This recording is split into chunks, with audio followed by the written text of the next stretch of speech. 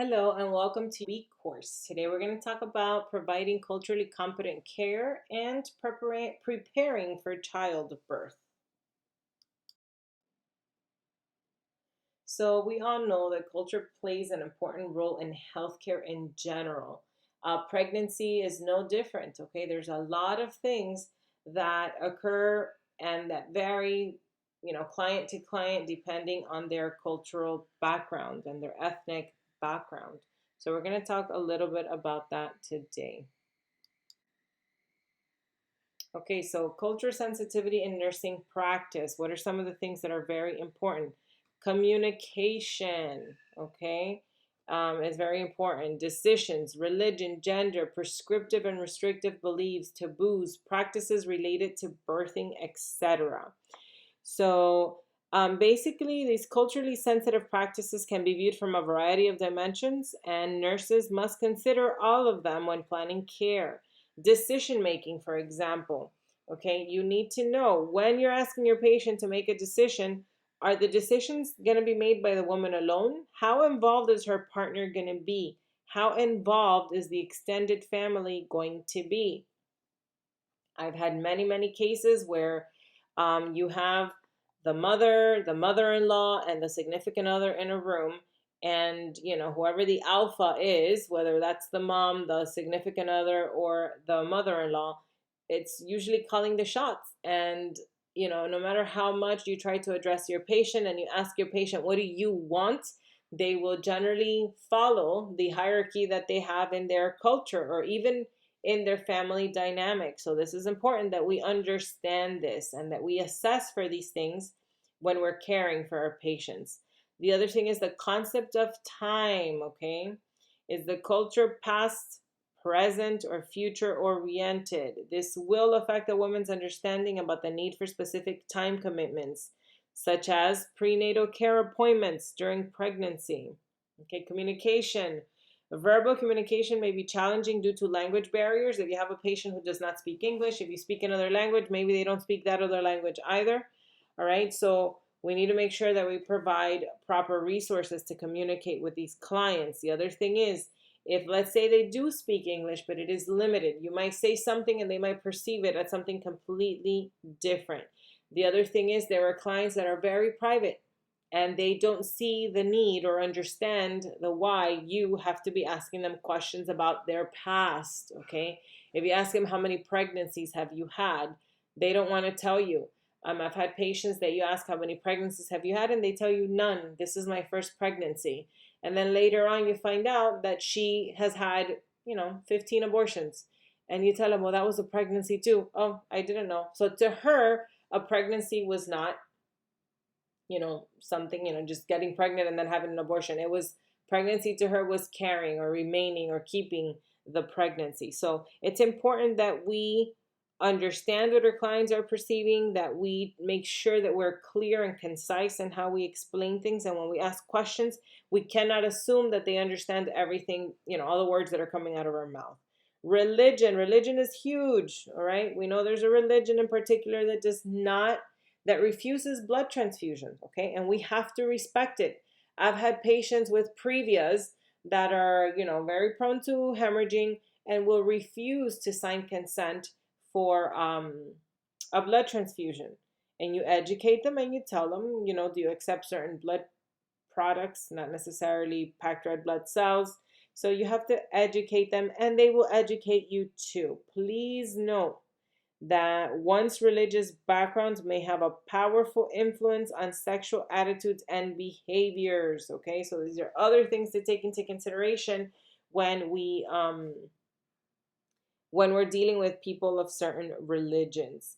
In the in Islam, for example, a woman is not supposed to show her hair to any males, and in fact, they prefer and many times request only female providers.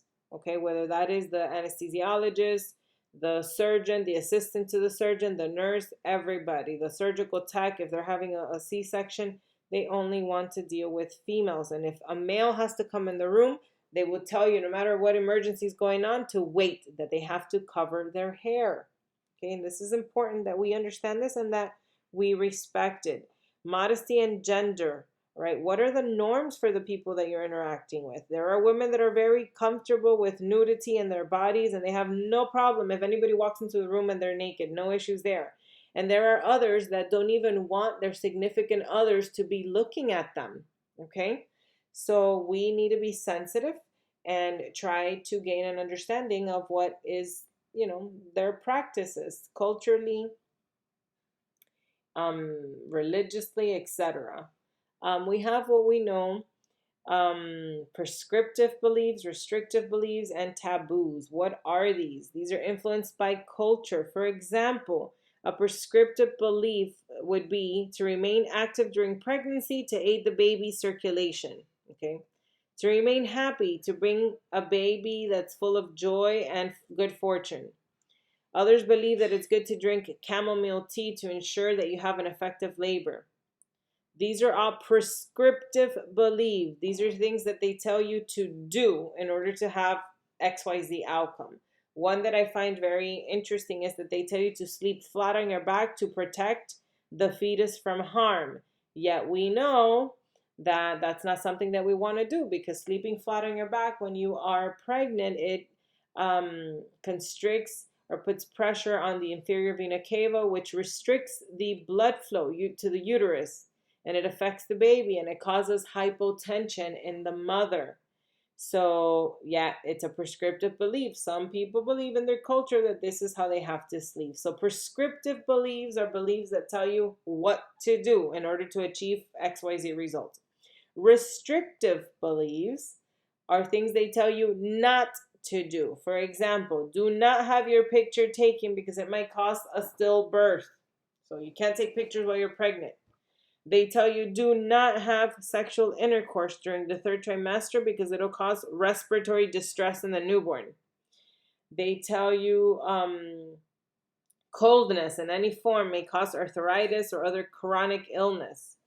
They tell you not to reach over your head or the cord will wrap around the baby's neck. So all of these things are restrictive beliefs. Then we have taboos, okay? Some people, they tell you if you're pregnant, avoid funerals or visits from widows or women who have lost children because they're going to bring bad fortune to the baby. Others tell you that an early baby shower is going to invite evil eye and should be avoided. Others say avoid praising the newborn. It's going to call the attention of the gods to the vulnerable infant. So all of these are just, beliefs that people have. In some cultures, very important to know that sons are highly valued, much more than females. So there are women, I know this is, I don't know if it's true today, but historically, I know that in the Muslim or Islamic countries, women only want to have boys, okay? So boys are viewed as having more value than girls. Others believe that they have to save the umbilical cord. Then you have some in the Judaic practices, they believe circumcision has to be done on the 8th day of life. Others believe that they have to bury the placenta. Others say that colostrum is harmful and should be avoided, and that's just culture. We know, evidence-based, that colostrum is called liquid gold for a reason. And this is basically what women secrete from their breast the first 3 days of postpartum. And it is full of nutrients and antibodies that'll benefit the baby. Others tell you to avoid eye contact and limit touch. The father's participation and in labor and delivery is not expected. Again, this is culturally sensitive care. All right. So please be cognizant of this.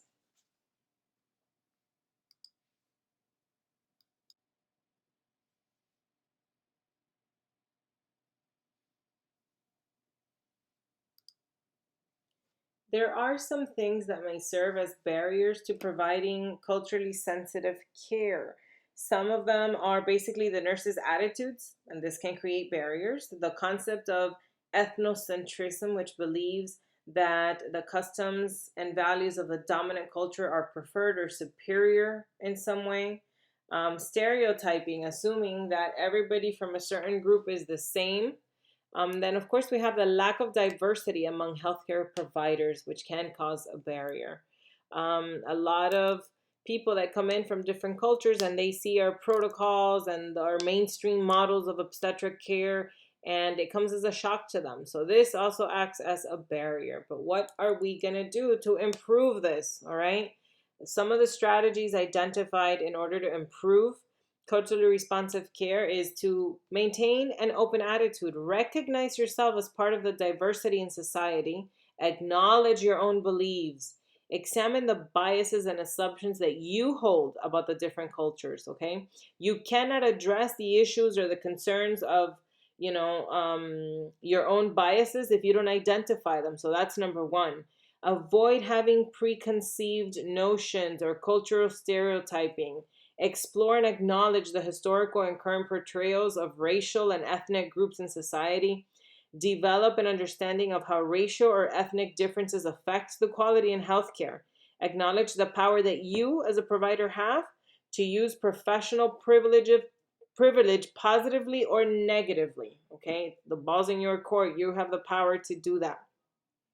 And also recall your commitment to providing individualized care with respect and professionalism. Identify who the client calls family. All right, it may not be her mom, her sister, her cousin, it might be a friend, but it's like family to them. Include notes on cultural preferences. Okay, use cultural wisdom, okay, of the client to shape his or her own perception of the healthcare practices. Seek out client-friendly teaching and assessment tools. Review literature to generate a culture database. Participate in professional development and continuing education programs that address cultural competence, and recognize that all care given is within the context of many cultures. All right, develop linguistic skills that are related to your client population. For example, if you work in an area where I work, for example, where nobody speaks English, everybody only speaks Spanish. I work with some nurses that don't speak Spanish, but they have learned enough to be able to positively communicate with their clients. This is important. Learn about the different communication patterns in the various cultures, particularly if you're in an area where you serve a certain population. And then understand and develop possible methods that support and that are supported and accepted in the culture. Okay, that is what that means for you guys. Planning for birth. This is a long process. Patients have to first make sure that they choose a provider. Then they have to choose the place where they're going to give birth. All right. Many of them choose to have a birthing plan. Some of them may want a doula. Okay. And again, childbirth education is crucial. All right. Midwives are another thing now. Okay. A lot of times, women don't choose to have a physician as their provider. They want a midwife. They focus on the care that normalizes the birthing process, basically. Midwives can care for women in the hospital setting or alternative birth centers or even at the family home. A lot of women choose to have their children at home with a midwife. Okay. In many, many countries, these are the primary providers. This is what's normal.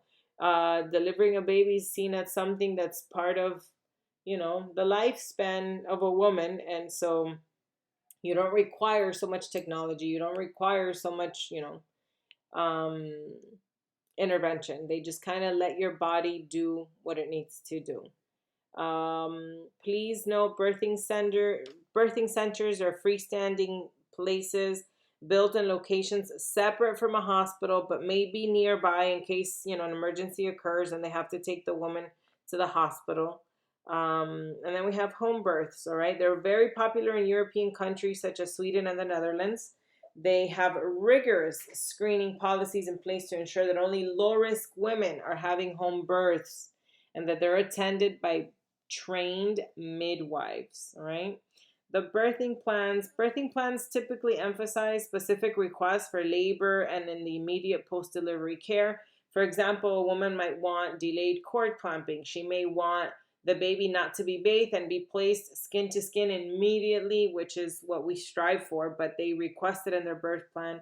They might have different things that they want. They usually put this in a document, all right? It is reviewed by their provider. The provider says, yay, nay, I could do this, I cannot do this. And then, of course, the idea is that we educate our patients to remain flexible, because the labor process is very dynamic and can change from one second to the other. There will be patients who want a doula. What is a doula? A doula is somebody who provides support for the women and their partners during the labor and birthing process, and generally during the immediate postpartum setting. They do not provide clinical care. A lot of nurses don't like it when patients have doulas. I personally love it because they are kind of your little assistant, and they encourage your patients and they motivate your patients. So for me, I think it definitely assists the nursing staff, but some nurses are not fans. But also very, very good to have um, during the labor process, if as a coach, to help you push through. And then, of course, child birth education. They have specialized classes. Again, they even have classes for siblings, okay, to help you address sibling rivalry. So it's important that our clients are made aware of all the available resources within their community to learn and to educate themselves about pregnancy, the labor process, and even postpartum, what to expect. So I hope you enjoyed this, and that, again, it spikes your curiosity to go back and read more details on all of these things. See you next time.